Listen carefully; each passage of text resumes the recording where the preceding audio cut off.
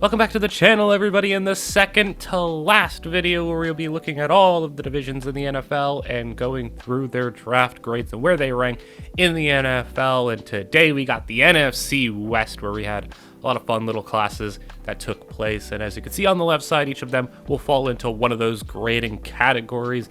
And on the right side of the screen, you will have where their picks will be coded, with gold being amazing, green being picks I liked, white being neutral, red being picks that I didn't like, and gray, the rare picks that I felt like were disaster picks. But without any further ado, let's get into things and let's see where each of these four teams ranked. Now, coming in at number 4 in the division, but number 19 overall, it is the LA Rams. And I will say that if it wasn't the AFC West, it was the NFC West that had the strongest top-to-bottom draft classes between all of their teams.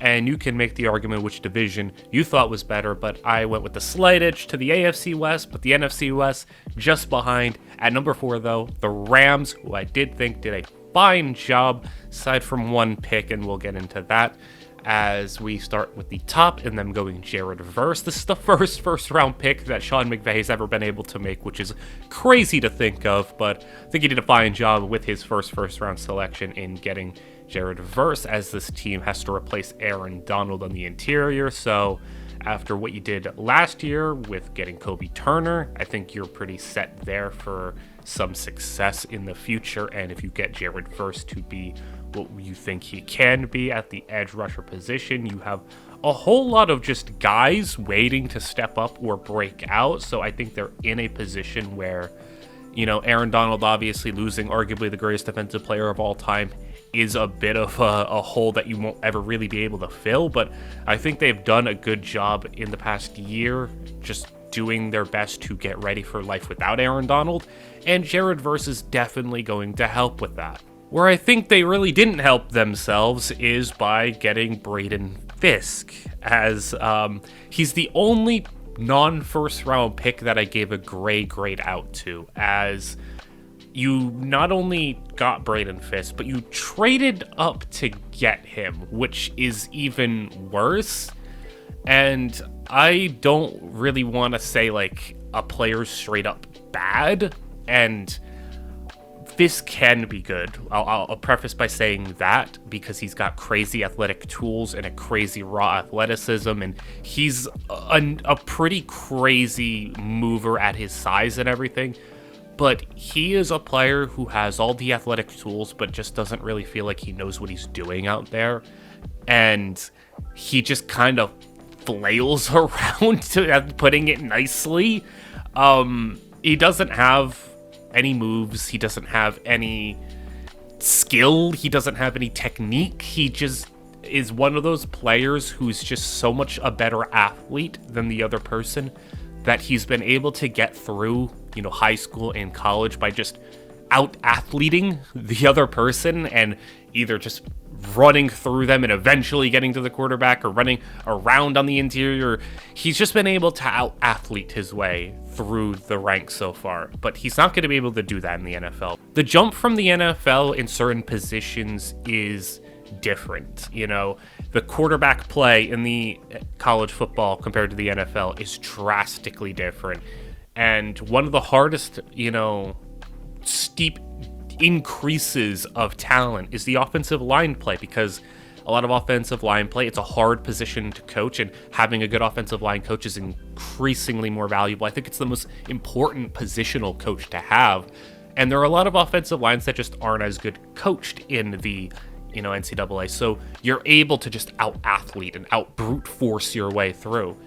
In the NFL, they're going to have the technique, they're going to have the skill, and Braden Fisk is just not going to be able to handle it, I think. And I don't want to just completely bury the guy, but I think his future projects as really just kind of a splash player, a guy who will come in, handful of snaps, he may make one really nice play, and like that's about it, and that every other play is just getting locked down. And maybe if you put together his highlight reel, you might have a nice highlight reel, but the other plays will just be him getting completely locked up. And I've said this with a couple of players so far over these videos. I could be wrong. and I am more than okay that like being wrong. I'm not afraid of being wrong, but I just think Braden Fitz is a straight up like non-factor type of player. But enough about the negatives. That really did knock their draft class down a peg, as I probably would have given them like 80 plus if they didn't have the Fitz pick. But I think not only taking Braden Fisk is a issue, but trading up to get him is the bigger issue. So they go and get Blake Corum in the 3rd round, and I love me some Blake Corum. This is just a really nice pick, and as soon as the pick was made, I'm like, man, you got Blake Corum and Kyren Williams. It is over, because I think the football gods waited to give all of Matthew Stafford's good running backs till like the very last few years of his career, because of the hell he had to go through in Detroit with getting running back play. But man, now he's got Kyren Williams and Blake Corum, so I mean, Stafford's going to have some help in the run game finally for once in his career, because Kyren Williams had a great season last year, and now you're adding to that. It's just an awesome pickup, an awesome player, and Corum's going to be just great in LA, and they're going to not miss a beat, I don't think, when, you know, Kyren has to go out and Corum comes in. They're just going to be able to continue to run them, and I wouldn't be surprised that despite this being a situation where Kyren Williams was like an all-pro running back last year, I could see this very much just still being like a split carry thing. Like I can see both these guys being around that 200 carry mark this year. Like I don't think the drop off from Kyren Williams is going to be that drastic to Corum. So it's just two really good running backs who are going to be getting a lot of carries, and it's going to be fun to watch. Elsewhere, though, as we go further into round 3, they get Cameron Kinchens in the 3rd, as I'm not a big Kinchens guy. The two big safeties that a lot of people were talking about were Cameron Kinchens and Tyler Nubin. And I can say that, you know, for when we get to Tyler Nubin eventually, him and Kinchens, neither of them were top 5 safeties for me. I wasn't big on either of them, though I did have 3rd to 4th round grades on them, so the value of taking him here late 3rd is completely where I expected him, and I'm fine with him going. I think Kinchens is falling into a situation where he does complement very well with Cam Curl, who they signed from Washington. Curl being a more less athletic, not so rangy type of player, and Kinchens being a lot more of a playmaker type. So I think there's it's a nice complementary duo in the safety core if that's what they go with, but obviously they also have Quentin Lake there too, so it's a decent safety room, and I think Kinchens does add to that, so I do give it a pretty neutral pick there. They get Brendan Jackson in the 5th, Tyler Davis in the 6th, they grabbed a kicker, but I really want to talk about these two 6th round picks down here. So Jordan Whittington in the 6th round here, and I think this is an awesome fit for the Rams, as he is definitely a, you know, manufactured touch type of receiver, and I have heard a lot of Texas fans, I brought this up when talking about the other 2 Texas receivers that got drafted, really frustrated with how much Jordan Whittington was getting the ball when you had 2 first-round caliber receivers on your team. But Whittington, for a 6th round pick, is going to be a guy who eats up a decent amount of touches, I feel like, in this Rams offense. Cooper Kupp has had a big injury problem his whole career, basically, and, you know, Demarcus Robinson, I don't deem like a crazy good receiver that's going to keep him off the field. Tutu Atwell is solid as a deep threat, but as you need someone to potentially throw screens out to and throw those little, you know, bubbles and pops to, as, you know, when Cooper Kupp gets injured and they're not able to have that screen game and those guys to eat up those receptions to catch and run. I think Whittington can fill that role just in case, you know, as an insurance policy for Cooper Kupp. Obviously, he's not, you know, the player of Cooper Kupp's caliber even close, but in terms of just eating up some touches and moving the chains, I think he'll have plenty of opportunities to do so. And finally, I want to talk about Bo Limmer, who is an awesome 6th round pick, a gold pick, incredible value. You almost got away with him in the 7th there as the 41st pick in the 6th round. Limmer was a guy who I had as a 3rd to 4th round interior offensive lineman and a person who could come in and challenge for a starting job. Now, I have their depth chart pulled up, and they do list their draft pick from last year, Steve Avila, as their center, but I think Bo Limmer could potentially be a more natural fit at the center position. If you want to move Avila back out to guard, where he was originally drafted, I think it's going to give them an opportunity to have more versatility with their offensive linemen and utilize some of the players in the positions that they originally drafted them to be in. But again, this is another player who's drafted in day 3 where I'm like, man, really don't be surprised if he gets a lot of playing time early on, starts a number of games for this team. And the same thing going forward, as Bo Limmer was more than worthy of being drafted at least in the 4th round. So getting him late 6th is a great job from the Rams. So this really demonstrates just how good I think this division did in the draft, because the Seattle Seahawks come in at number 3 in the division, but number 9 overall. 3 of the top 9 draft classes, in my opinion, came from this division. And we start right at the top with Byron Murphy, who is just awesome, man. Byron Murphy is my overall number 1 defender in this draft class, and I think he is an absolute just beast in the middle. I absolutely loved getting to him and reviewing him, and I perfectly understand why you may want to take Latu, which was the first defensive player taken by the Colts 1 pick ahead, but man, Byron Murphy, it's so good, and he's for really any team is a great pick, but for the Seahawks, I mean, they have been really needing just players that can be good on the defensive line, not just the edge, but in the interior as well. Seahawks have had a couple of struggles with the line, just offensive and defensively, and I think they finally got it right with this pick, as Byron Murphy, I think, is like one of those just mainstay, elite level interior offensive line players. I think this is not just a Pro Bowl. You're looking at a potential all-pro caliber player in Byron Murphy here. And it does mean that this team now has, Leonard Williams and Jonathan Hankins, Jaron Reed, a lot of big boys in the middle. And at the very least, they're going to clog up a lot of holes. But I think for Byron Murphy, he's going to be able to do so much for that defense. And if this team can support him with a bit more on the edge, because Nwosu was a bit better last year and Boye Mafe is still coming along. So if those guys can take another step, you could potentially be looking at a dangerous defensive line for the Seahawks. So that checks all the boxes as, position of need, great value, great player, does everything you want. And then they didn't have a 2nd round pick, which is perfectly okay, because in the 3rd round, they took a player who was a 2nd round caliber type of player for me, and that is guard Christian Haynes. The fact that Christian Haynes made it midway through the 3rd round is unbelievable, in my opinion. I mean, Christian Haynes is so good, and I don't fully know what I think of where he'll fit in, because what I have thought about this Seahawks team is they've been curious when it comes to the linemen that they draft. I always thought Charles Cross, while I love Charles Cross, he was my tackle 1 in that draft class ahead of Evan Neal. I thought it was curious that this primary pass blocking offensive tackle went to a very run centric team that ran through Kenneth Walker. So I much more like the pick of a Christian Haynes here, who's a zone blocking guard who you can get on the move, and he can be a nice lead blocker for Kenneth Walker as you try to get him into space. So I really like the addition there, as on the depth chart here, they don't have him listed as the projected number 1, but I think he's going to start day 1, and he absolutely should.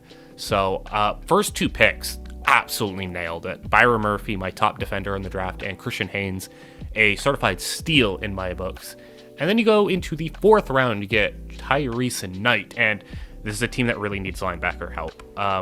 They were looking at Jerome Baker and Tyrell Dodson as their linebackers, so pretty wide open race if you ask me, and I don't know if Tyrese Knight's going to be able to earn his way into the field too much in his rookie season, but you are looking at one of those linebackers who is typical for a day 3 linebacker who has a lot of tools but needs a lot of work, and I think it's a nice pick, but we'll see where he can fit in the future. They go get AJ Barner in the 4th round as well, and I think Barner, I'm not a fan of these low ceiling, high floor type of tight ends who do get ended up drafted in the 4th round, sometimes the 5th, but Barner is a good blocker, and I think this is a good fit for Seattle, where once again a run-centric potential offense that is designed around Kenneth Walker, and will also get more Zach Charbonnet, of course. So I think he is going to be good to take Noah Fant off the field in certain blocking situations, get AJ Barner onto the field, and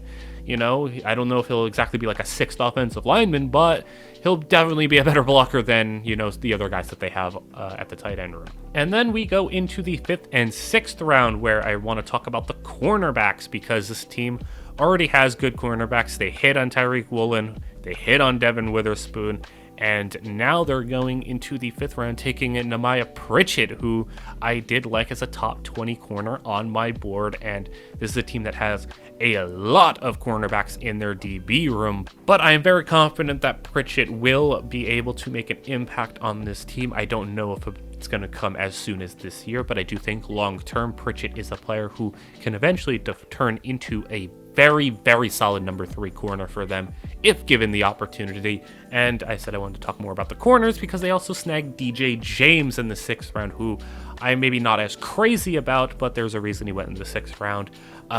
With the amount of corners they have on their team, I'm seeing like about 10 listed.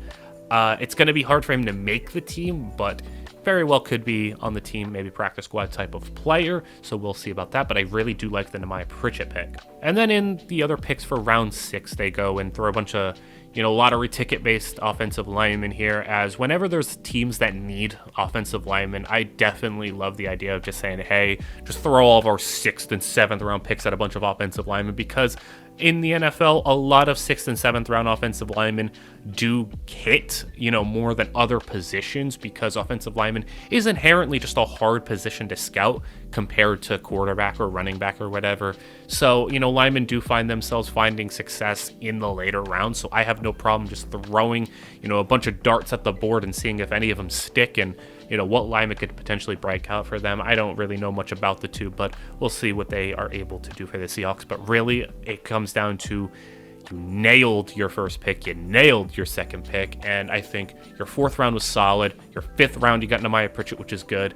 And then 6th round, I think that while obviously you're not drafting quality players in the 6th round, they pick the players that at the positions that they should be, and really overall just a nice, well-drafted class, and like I said, my number 1 defensive player going to the Seahawks. As we move on to the number 2 team in the division and the number 6 team overall, we have the San Francisco 49ers, who I am surprised to find out did not have a draft that a lot of people liked, which is crazy to me. And a lot of that, negativity comes at the top when you see that they drafted Ricky Pearsall in the 1st round. And I need to tell you, man, Ricky Pearsall's an amazing, amazing player, and I have 0 issues with him going in the 1st round. And I need 49ers fans to really familiarize yourselves with the game of Ricky Pearsall, because once you do, you're going to realize that whether you trade, Deebo Samuel or Brandon Ayuk, you should be hoping it's Deebo Samuel, because Brandon Ayuk should be on this team for the long term. But you'll be happy to know Ricky Pearsall, I think, is going to be a phenomenal player for you guys.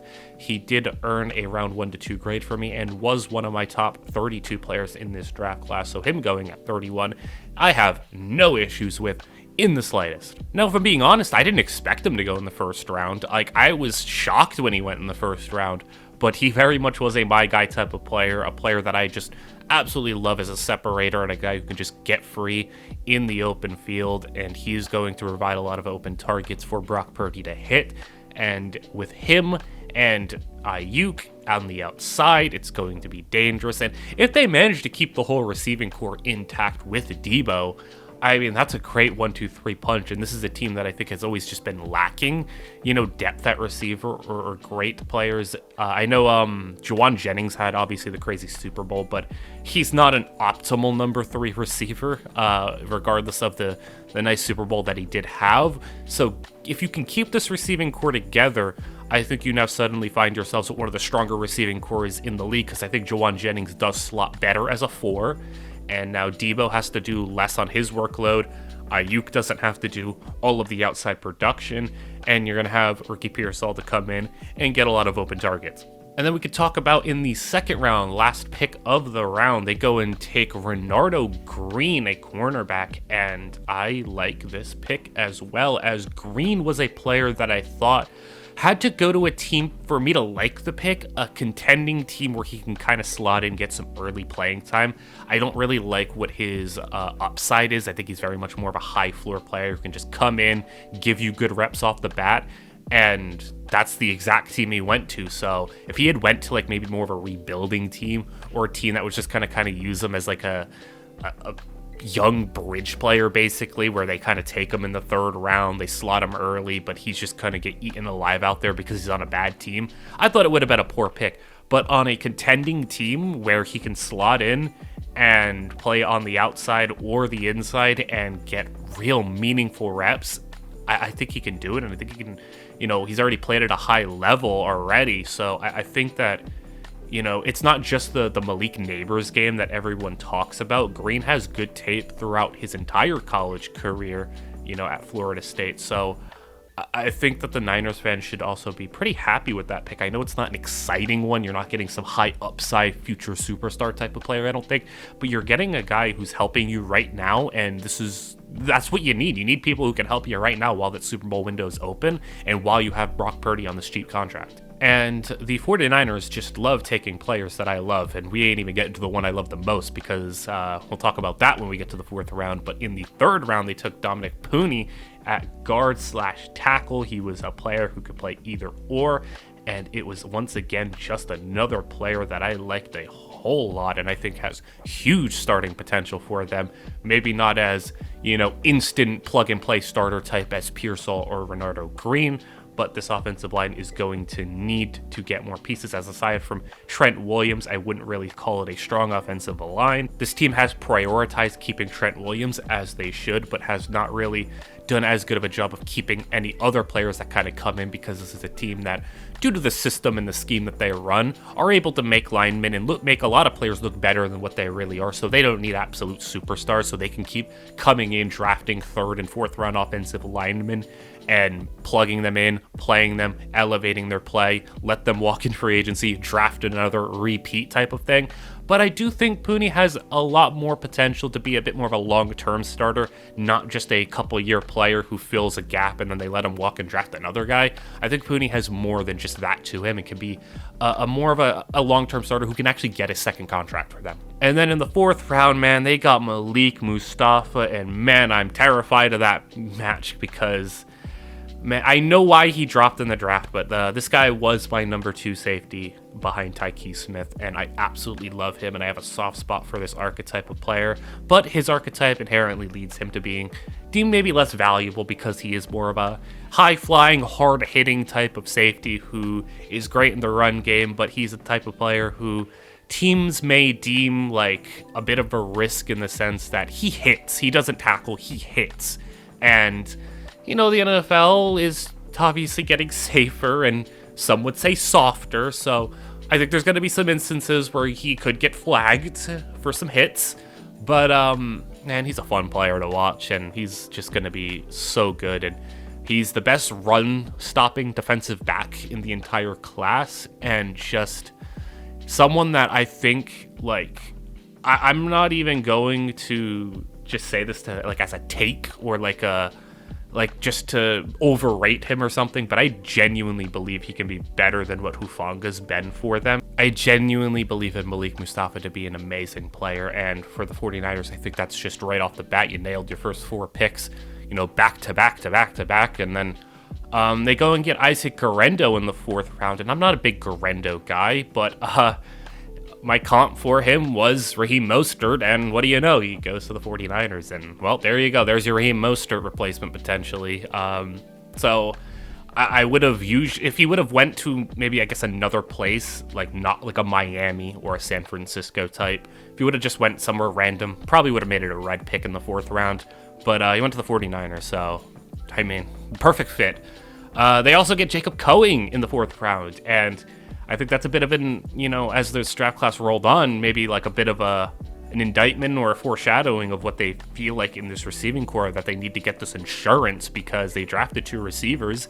And, that could indicate where they may be leaning with getting rid of one of the two top guys that they have. But I think Jacob Coing is also going to add nice depth to this receiving core and be a nice player for them. Obviously won't be as impactful early on as Ricky Pearsall, but Coing was a player I believe has my 20th receiver on the board and was a 4th round prospect that I had, so adequate draft position that he goes there.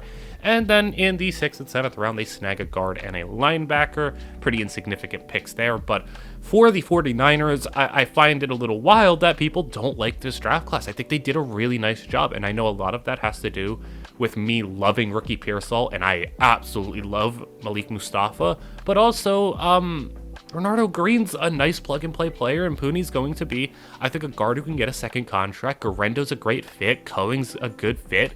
Everyone was drafted with a role defined for them, and playing time opened up for them. And this is on a contending team where finding playing time on one of these top rosters may be hard, and I think they drafted a number of guys who can slot and get playing time early. And how about my number 1 draft class in the division and my number 4 overall class? Talk about a lot of color, as the Arizona Cardinals had a wild draft class in my opinion. And there's a lot to talk about, as I don't want to waste a whole lot of time getting into it. With the number 4 pick, they took Marvin Harrison Jr. And of course, that's the perfect pick. That's the right pick, and that's what they should have done. We knew that this was going to happen. If he got the opportunity to go to the Cardinals weren't going to pass up that opportunity to pick him. That's what we expected. Everything else, though, is a wild set of draft picks. Some that I like, some that I didn't like, but let's get into their next pick, which is Darius Robinson at 27. And this is coming from someone who does like Darius Robinson. I like Darius Robinson as a player. I had a true 2nd round grade on him, but he's one of those players that you take in day 2, more specifically the 2nd round. And the upside with him isn't crazy, but like he's going to come in, be a long-term starter, and be very just adequately productive, not like crazy numbers. He could make a couple of Pro Bowls, I guess is his ceiling, but I just don't like taking a player like him in the 1st round. He just doesn't feel like a 1st round type of player, a 1st round talent. He just kind of feels like if he's going to play edge, he's a number 2. If he's going to kick into the interior, he feels like a solid starter, but he's probably going to play more of the edge, and he will pair up with BJ Ojulari.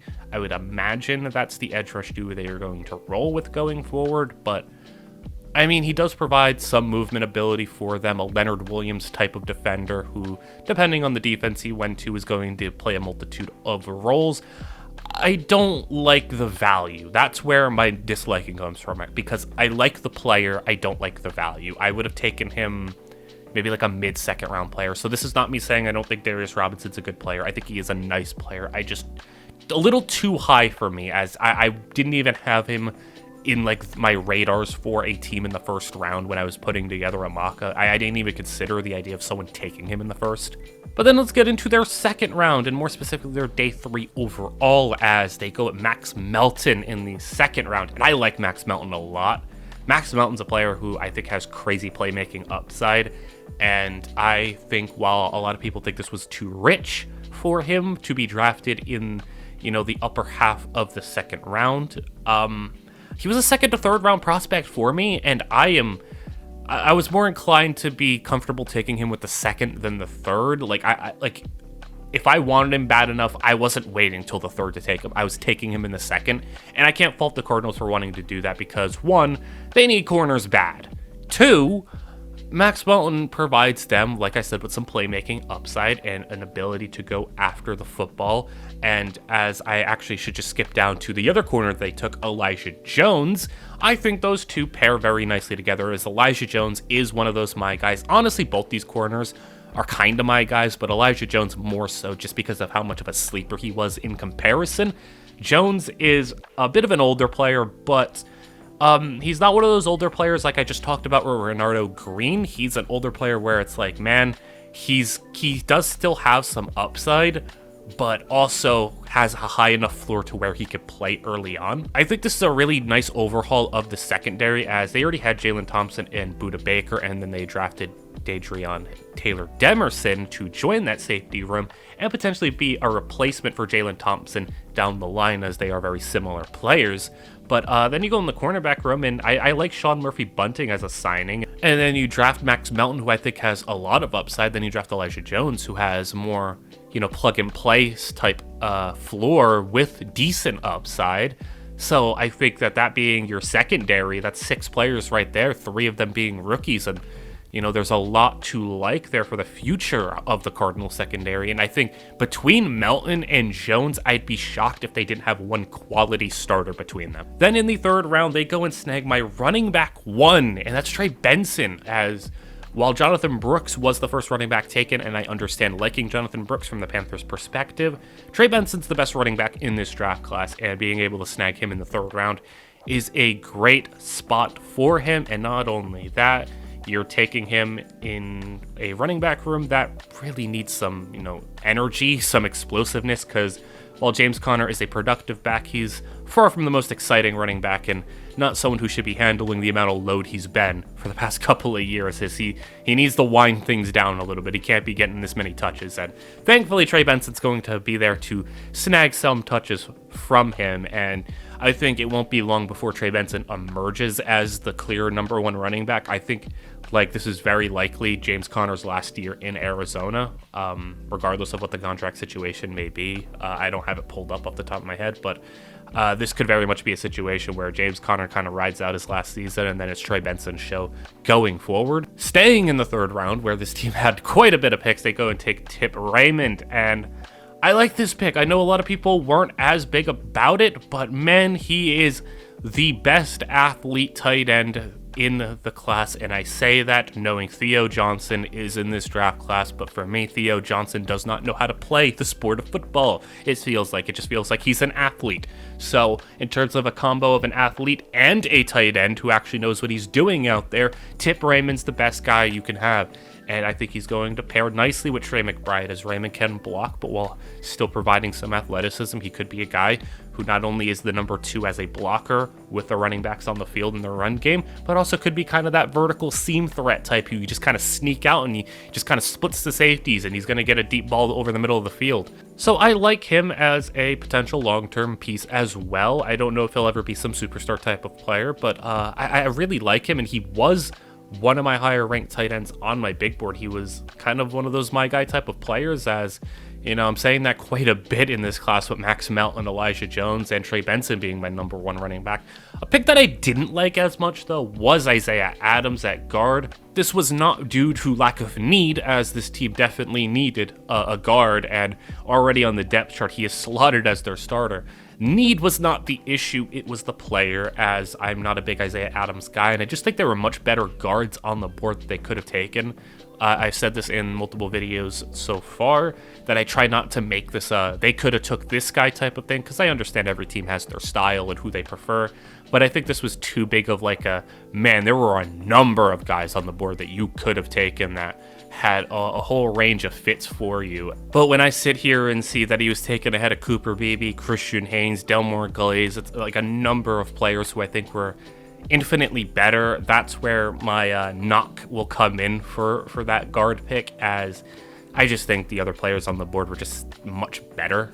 But considering in this 3rd round you took 4 players, and I think 3 of them were really good picks, I can forgive you missing one, in my opinion. We already talked a little bit about Taylor Demerson, Xavier Thomas at edge in the 5th round. They took a receiver and a DB in the 6th and 7th round. The only other player I really want to note here is Christian Jones, who I think was an amazing value pick. And long-term, Jonah Williams, I don't know what the long-term outlook for Jonah Williams on the Cardinals is, but I think, again, I wouldn't be surprised with a lot of these day 3 linemen that I really like, man, these guys could become legitimate starters for you. And Christian Jones is one of those players where it's like, wow, you got this guy late 5th round, and he could legitimately be a future starter for you. And it's just adding on to a draft class that I just really enjoyed, a draft class that I had more opinions on than most draft classes, as the color coding is crazy. You go gold, red, green, gold, green, red, green, gold. It's just everything. I either loved the pick, I hated the pick, I liked the pick, I didn't like the pick. There was a lot of picks And I think that you hit on your receiver, obviously, with Marvin Harrison. While I didn't like Darius Robinson, I think he's a nice player. Max Melton and Elijah Jones, I love the picks, and like I said, I'd be shocked if there wasn't a quality starter there. Tip Raymond, I like the pick more than others. I think he's a nice tight end. Not a fan of Isaiah Adams, but I think they made up for it with Christian Jones. If you would have like flipped Isaiah Adams and Chris Jones, like if they would have taken Christian Jones in the 3rd round, I wouldn't have been like super angry at it. And if they would have got Isaiah Adams in like the 4th or 5th, I wouldn't have been, super angry at it either. I think if you just flip those 2 linemen, I mean, the draft class maybe bumped up another point or 2, but really, it's just a really fun draft class, and I think the Cardinals have a really exciting future ahead of them.